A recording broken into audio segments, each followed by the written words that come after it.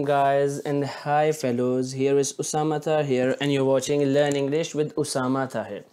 Guys, it's poetry time now. We have been discussing linguistics a lot, so let's move forward to the poetry. Today we are going to talk about stopping by words on a snowy evening. It was written by Robert Frost, and first of all, before formally explaining the totally explaining the poetry or the poem stopping by woods on a snowy evening, we will going to talk about the poet. So Robert Frost was born in 1874 and died in 1963. Okay, the purpose of telling you about the poet is that you will better understand the poem, because it's very essential to understand the poet to understand his or her poems. So Robert Frost was born in 1874 and died in 1963, the era which was primarily focused on the natural aspects of the universe of the world. He was an American poet, right? He was famous for writing on nature and natural aspects, as already discussed. He used to write on rural settings in easy everyday language. So his language was very easy and talk about the village life. Famous poems are The Road Not Taken, Mending Walls, and Stopping by Woods on a Snowy Evening, which we are going to talk today. So about poem. This poem is all about such sceneries which are given here about the snowy woods. What are the woods? The woods is a large landscape, usually smaller than the jungle or the forest, where there are so much greenery, trees and all, and snowy woods where there is snow as well. So frozen lake, it's all about the snowy woods and the frozen lake, all about the nature and natural aspect of winter. So let's move forward. This poem is all about love, traveling, love of nature. The setting is beautiful. Love and understanding with a pony horse. What is pony horse? Pony horse is a horse of small height which looks very cute and elegant. So about a traveler. So what is the basic summary of the poem is, it's about a traveler stopped by a snowy wood in the middle of nowhere just to see the beautiful scene of snow falling and windy night with beautiful sound along with the darkness. So this poem is overall about there is a traveler who stops in the middle of nowhere to see the snow and the frozen lake and the snowy woods, just to enjoy the nature. This poem is all about informing you or guiding you about the beauty of nature, that how it makes human beings attracted towards them and how it makes them happy that they stop in the middle of nowhere just to enjoy the scenery, just to enjoy the weather, just to see the snow falling and everything like that. So just imagine you're in the middle of nowhere with your horse and it's snowing and it's the snowy wood and there is a frozen lake, like the scenery like that. So won't you stop there and just to enjoy and just to keep yourself a little relaxed? Why not? You will do it. So this is what it happened. This is not about the industrial era where there is so much unnatural aspects of life. So let's move forward to explain the poem. Whose words these are? I think I know. So he is in the woods and there is a snowy woods, as you can see here. I showed you with the picture. So whose woods these are? He says whose woods are these are? I think I know. I think I have the idea about the ownership of these woods.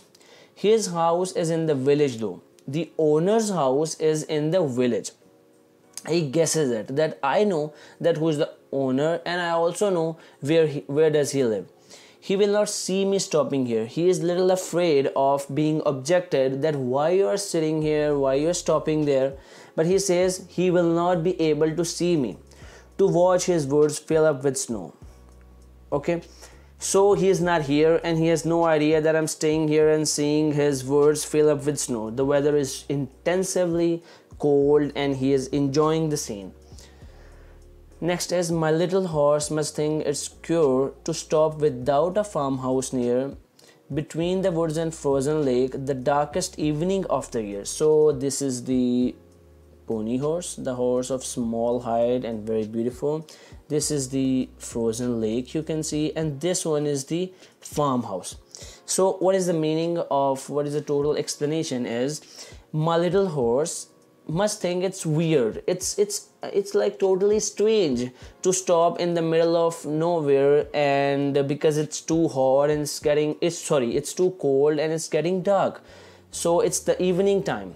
Okay, so he says, my horse is thinking it's strange to stop without a farmhouse, and even there is no place to stay and there is no farmhouse or something like that, then why are we stopping here? So it shows a little bit chemistry, I mean a lot of chemistry between the traveler and his horse, that the traveler can easily understand what his horse thinks, how he responds to his actions. Between the woods and frozen lake, the darkest evening of the year. Why he says this is the darkest evening of the year? Because winters are usually dark and this is the darkest. This is the coldest place he's saying. So he gives his harness bells a shake to ask if there is some mistake. The only other sounds the sweep of easy winds and downy flake. So first of all, what is harness? Harness means harness means these small bells over here. So who gives the horse, gives his harness bells a shake, so he moves his back to shake the bells. And why the horse is doing this? To ask if there is some mistake, to ask that why are we staying there, is there any mistake, is there something wrong? The only other sound is the sweep. So the only sound there is the sweep sound, the nature sound of the wind and downy flake of the snow falling. So there is the as you know, when it rains there is a different sound. When you go near to the sea, it's different sound. So when it's snow falling and the wind is blowing, the sound is totally different. So the traveler is feeling the sound and feeling the ambience of that place. So the woods are lovely, dark and deep. So these woods are lovely, as we know. These are dark, okay, and deep. But I have promises to keep. I mean, he's saying that I'm totally attracted towards the beauty of the woods. I want to stay there. I want to enjoy more time. But I have promises to keep. Like we in the real world have promises to keep. We have responsibilities. We go to picnic, but we get back. We go somewhere to enjoy, but we get back. Because we have promises to keep. We have responsibilities to fulfill.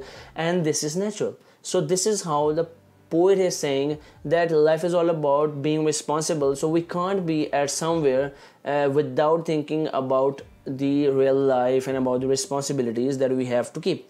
And miles to go before I sleep. So there is a lot of burden on the poet, on the traveler, that he has to go long hours of journey before he sleeps and miles to go before I sleep. So this is natural. You can relate it with a normal human being who has a lot of journeys to go to and have no time to enjoy the life. So this was all about the poem. If you have any question, you can ask. Thank you. Allah Hafiz.